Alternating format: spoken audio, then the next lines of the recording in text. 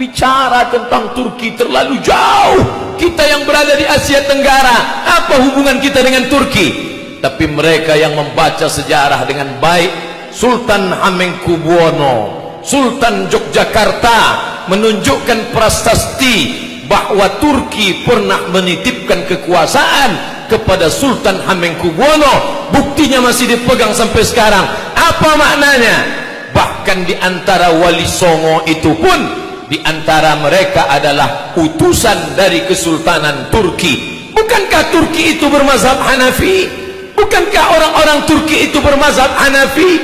Tapi kenapa Sultan yang bermazhab Hanafi mengirim ulama-ulama Wali Songo bermazhab Syafi'i? Dia mengerti dakwah. Kami memang bermazhab Hanafi, tapi kami tahu saudara kami yang jauh di sana mereka bermazhab Syafi'i. Maka mereka kirim para ulama dan da'i yang bermazhab Syafi'i demi keutuhan, demi keselamatan. Mereka lah dulu yang menerangi bumi Nusantara ini, yang sebelumnya nenek moyang kita menyembah batu, menyembah lembu, menyembah setan. Tapi begitu da'i Islam dari Turki itu datang, semuanya bersyahadat, asyhadu an la ilaha illallah wa asyhadu anna Muhammadan Rasulullah. Maka kejatuhan Turki juga ikut menjadi keruntuhan kita. Maka kejatuhan Turki juga ikut menjadi keruntuhan kita. Apakah malam tak berakhir? Tak tampakkah cahaya? Ternyata di tengah gelapnya sekularisme, di tengah gelapnya westernisasi kebarat-baratan, dalam kekuasaan Islam kalah, dalam politik Islam jatuh, dalam ekonomi berkeping. Tapi ada satu titik terang, ada satu yang tidak dihapuskan oleh Mustafa Kemal Atatürk. Apa dia? Madrasah Imam wa Khatib. 1924 masjid tidak lagi ramai, khamar dihalalkan, perjudian, prostitusi, pakaian pendek, semuanya merajalela. Tapi ada satu yang tidak dapat dihapuskan, Madrasah Imam wa Khatib. Ada sekolah khusus untuk imam dan khatib. Pelan tapi pasti. Walaupun negara sekuler, walaupun orang mabuk di tengah jalan, walaupun diskotik di mana-mana, Madrasah Imam wa Khatib tetap eksis. Guru-guru dengan keikhlasan mengajarkan Al-Quran, guru-guru dengan lillahi ta'ala mendidik anak-anak. Subhanallah, Masya Allah, dari Madrasah Imam dan Khatib itu hampir seabad lamanya mereka ingin memadamkan cahaya Allah. Yuriduna ayutfi'u nurallah. Mereka ingin memadamkan cahaya Allah. Wallahu mutimmu nurihi. Tapi Allah menyempurnakan cahayanya. Masya Allah. Ada satu yang tak padam. Madrasah Imam wa Khatib. Dari sekolah imam dan khatib ini lahirlah seorang pemimpin yang hari ini disegani dunia. Lahirlah seorang pemimpin yang hari ini disegani dunia. Yang hari ini disegani dunia, yang berani duduk meletakkan tapak kakinya di wajah Simon Peres laknatullah alaih. Dia berani menunjuk wajah Simon Peres. Inilah orang yang berani membunuh anak-anak Palestina. Ya qatilil abriya, wahai engkau yang berani membunuh anak-anak Palestina.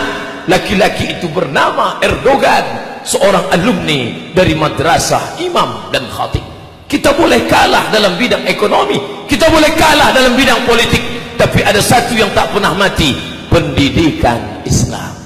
Mari kita tanamkan agama Islam di dalam diri anak-anak kita.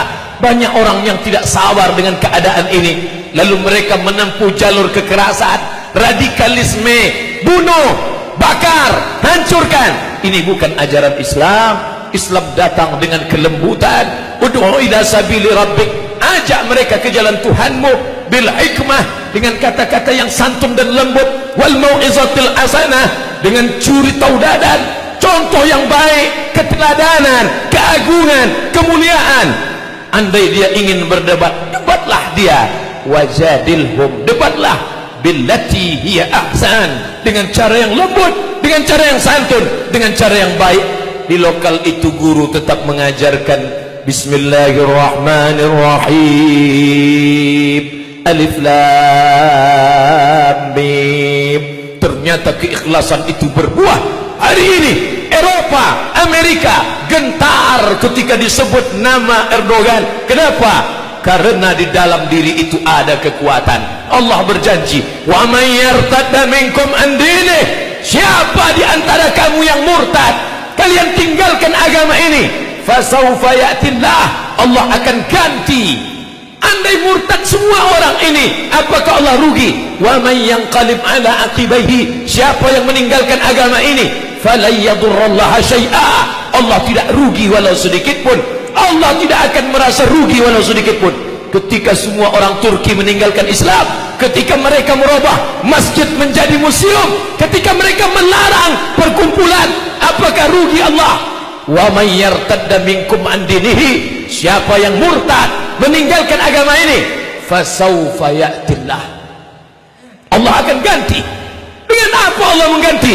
Biqaumin, dengan sekelompok orang, yuhibbuhum wa yuhibbunah, Allah cinta kepada mereka dan mereka pun cinta kepada Allah.